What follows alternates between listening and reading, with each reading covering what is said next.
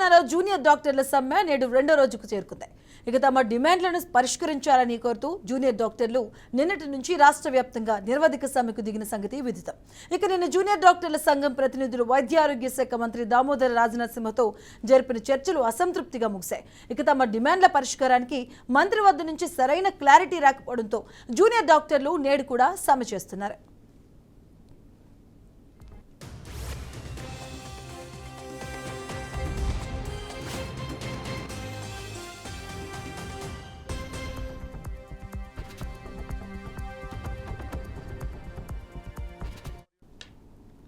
ఇక జూనియర్ డాక్టర్ల సమ్మెకు దిగడంతో అవుట్ పేషెంట్ వార్డుల్లో రోగులు ఇబ్బందులు పడుతున్నారు.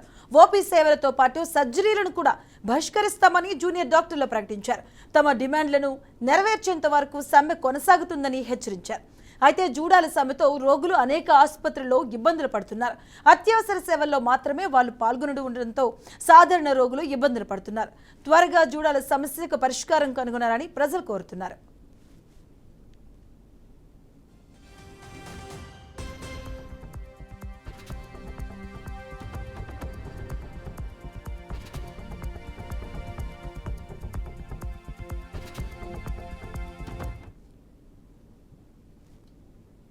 మరి ఈ నేపథ్యంలో వరంగల్ ఎంజీఎంలో జూడాలు ర్యాలీ నిర్వహిస్తూ ఉన్నారు. దీనిపై మరింత సమాచారం మా ప్రతినిధి భాస్కర్ లైవ్ లో అందిస్తారు. Over to you Bhaskar.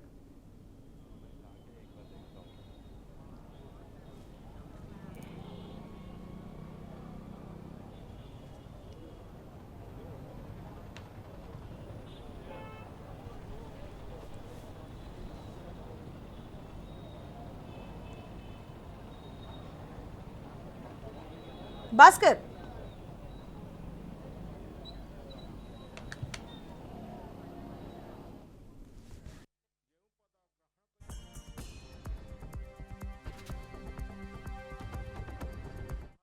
చర్యలు చేపట్టాలని కూడా ప్రజలు కోరుకుంటున్నారు. వరంగల్ ఎంజీఎం ఆసుపత్రి వద్ద జూనియర్ డాక్టర్లు ర్యాలీని నిర్వహిస్తూ ఉన్నారు. రెండో రోజుకు చేరుకుంది జూడాల నిరసన.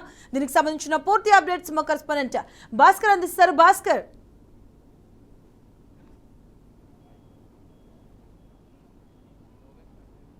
మధు ఏతుందో తెలంగాణ రాష్ట్రంలో రెండో రోజు జూనియర్ డాక్టర్లకు ధర్నాకు పిలుపునిచ్చిన పరిస్థితి.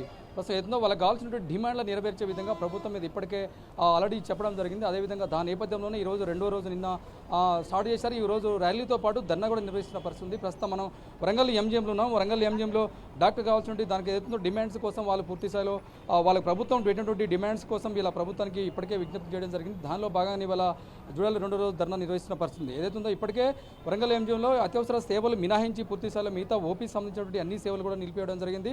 ప్రస్తుతం మన ఎంజీఎం హాస్పిటల్లో మనతోటి మాట్లాడడానికి ఎంజీఎం సంబంధించి చైర్మన్ మన జూడాలకు సంబంధించిన చైర్మన్ మనతోటి ఉన్నారు. వారితో మాట్లాడే ప్రయత్నం చేద్దాం. సార్ చెప్పండి, అసలు ఏంటి మీ డిమాండ్ ఏంటి? మీ ధర్నా చేయడానికి కారణం ఏంటి? అసలు ప్రభుత్వానికి ఏం చెప్పారు మీరు? మేము ప్రధానంగా 8 డిమాండ్లతో సమ్మె నోటీస్ ఇచ్చి ఇది రెండో రోజుకు చేరుకుంది మా నిరవధిక సమ్మె. ముందు రోజు ఇక్కడ ధర్నా చేశాము. సెకండ్ రోజు సందర్భంగా మేము కేఎంసీ నుంచి ఇక్కడి వరకు ర్యాలీగా వచ్చాం. మా ప్రధానమైన డిమాండ్లో మొదటి డిమాండ్ స్టైఫండ్ ఏదైతే ఉందో నిన్న బడ్జెట్ రిలాక్సేషన్ అని 1 ఇయర్ కోసం చేశారు. అది ఓన్లీ 1 ఇయర్ కోసం అనే ఉంది. అది రెగ్యులర్గా వస్తుందో రాదో అని మాకు డౌట్.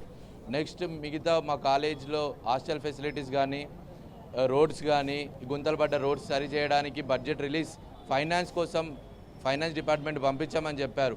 అక్కడ నుంచి క్లారిటీ వచ్చే వరకు మేము ఈ సమ్మెను ఆపబోం. ఎందుకు అంటే లాస్ట్ 3 నెలల ముందు కూడా మాకు 2 కోట్లు బడ్జెట్ రిలీజ్ చేశామని వార్తల్లో ఇచ్చారు మేము ర్యాలీ చేసిన తర్వాత. కానీ ఇప్పటి వరకు దాని గురించి నెక్స్ట్ మాట్లాడిన వాళ్ళు లేరు. మాకు టెండర్లు పిలిచి రోడ్డుకు శంకుస్థాపన అయ్యే వరకు మేము ఈ నిర్వధిక సమ్మె కొనసాగిస్తూనే ఉంటాం. కానీ మేము ఎలాంటి ఎమర్జెన్సీని ఆపబోము. ఎమర్జెన్సీలు కంటిన్యూ అవుతూనే ఉంటాయి. గవర్నమెంట్ కోసమే మేము చూస్తున్నాం. గవర్నమెంట్ ఇప్పుడు రోడ్ల కోసం జీవో రిలీజ్ చేస్తే నెక్స్ట్ మినిట్లో ఇక్కడ నుంచి మేము మా వార్డ్స్ అండ్ ఓపీస్ చూడడానికి వెళ్తాం. మేము గవర్నమెంట్ రిక్వెస్ట్ చేసేది ఒకటే, మేము ఫస్ట్ నుంచి కోరుతున్నట్టు మినిమం ఇన్ఫ్రాస్ట్రక్చర్ ఇన్ ద కొత్త మెడికల్ కాలేజ్లో, మా పాత మెడికల్ కాలేజ్లో అన్ని భవనాలు కూలిపోతున్నాయి. హాస్టల్ ఫెసిలిటీ సరిపోను లేదు. ఎన్ఎంసీ ప్రకారం అది మినిమం 75% పీజీస్ అండ్ యూజీస్కి ఒక గవర్నమెంట్ హాస్టల్ ప్రొవైడ్ చేయాలి. కానీ ఇక్కడ మినిమం 40-50% వరకే సరిపోతుంది. పాతపడ్డ బిల్డింగ్లోనే ఇప్పుడున్న మన కేఎంసీని చూసుకుంటే పాతపడ్డ బిల్డింగ్లోనే ఒక ఇయర్ 200 మంది ఉంటున్నారు. ఆ 200 మంది ఎప్పుడు పైనుంచి పెంకలు పడేది తెలియదు. ఆ వర్షాకాలంలో మాత్రం రూమ్లోకి వాటర్ వరుస్తూనే ఉంటాయి. సో ఈ డిమాండ్స్ అన్ని పూర్తి స్థాయిలో నెరవేరే వరకు మేము ఈ సమ్మె కొనసాగిస్తూనే ఉంటాం. ఇప్పటికే ఆరోగ్య శాఖ మంత్రి డాక్టర్ దామోదర్ నరసింహతో మాట్లాడేటట్టు తెలిసింది. అంటే ఆ చర్చలకు ఏమైనా డిస్కషన్ జరిగిందా, ఆ చర్చకు వచ్చిందా? నిన్న చర్చలు జరిగిన మాట వాస్తవమే. అందులో మాకు పెట్టిన డిమాండ్స్లో ప్రధాన డిమాండ్ అయిన స్ట్రైక్ నోటీస్లో మీ స్టైఫండ్స్ ఇష్యూ ఏదైతే ఉందో అది గ్రీన్ ఛానల్ అని మేము అన్నాము. అదే విధంగా మాకు రిలీజ్ చేశారు సర్క్యులర్. కానీ అది ఓన్లీ 1 ఫైనాన్షియల్ ఇయర్ వరకే ఉంది. అది ఫ్యూచర్లో కూడా కంటిన్యూ అవ్వాలని మాకు, ప్లస్ దాంతోపాటు మా ఏదైతే డిమాండ్స్ ఉన్నాయో డిమాండ్స్ ప్రధానమైన డిమాండ్స్ అవి కూడా మాకు ఏ క్లారిటీ ఇవ్వలేదు. హెల్త్ మినిస్టర్ నుంచి ఫైనాన్స్ డిపార్ట్మెంట్కి ఫైల్ వెళ్ళింది, కానీ ఫైనాన్స్ డిపార్ట్మెంట్కి ఆల్రెడీ ఒక ఫైల్ వెళ్ళి వెయిట్ చేస్తుంది. 3 నెలలు అయినా దాని మీద క్లారిటీ లేదు.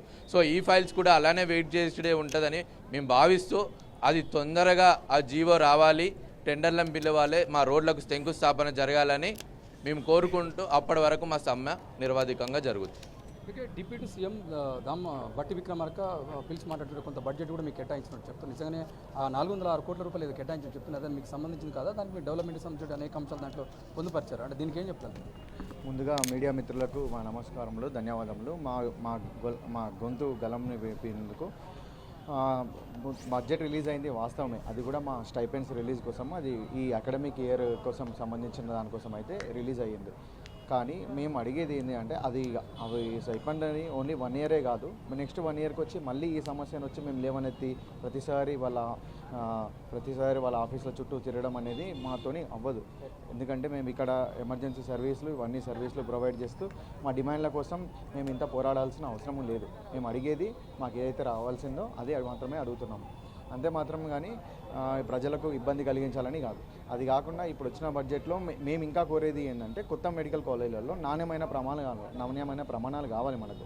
ఈ క్వాలిటీ ఆఫ్ ఎడ్యుకేషన్ అనేది ఉంటేనే నెక్స్ట్ క్వాలిటీ ఆఫ్ డాక్టర్స్ వస్తారు. క్వాలిటీ ఆఫ్ డాక్టర్స్ వచ్చినప్పుడే ప్రజలకు క్వాలిటీ ఆఫ్ హెల్త్ అనేది కూడా ఉంటుంది. సో దీని గురించి మేము పోరాడుతున్నాం. మెడికల్ కాలేజీలు పుట్టగొడుగులాగా పుట్టినంత మాత్రాన అక్కడ వాళ్ళకు సౌకర్యాలు సరిగా లేనప్పుడు ఇబ్బందులు అనేవి కలుగుతూనే ఉంటాయి.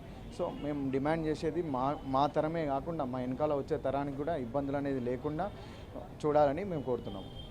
ఏదైతుందో తప్పకుండా జూనియర్ డాక్టర్ మాకు కావాల్సిన డిమాండ్ నెరవేర్చేలాగా తప్పకుండా మేము ప్రభుత్వానికి అదే విధంగా చేస్తాం, దాంట్లో తగ్గేది లేదు. మేము చేసేది ప్రజల సర్వీస్ కోసమే. ఎంతోమంది అనారోగ్య రీతి హాస్పిటల్కి వస్తే సర్వీస్ చేసిన ఆ దిశగా ప్రభుత్వం మా మీద తప్పదా మా ఫైల్ని వెంటనే తీసుకొని పరిష్కరించే విధంగా ప్రభుత్వం ముందడిగేయాలని చెప్పి డాక్టర్లు చెప్తున్న పరిస్థితి ఉంది. Right, thank you.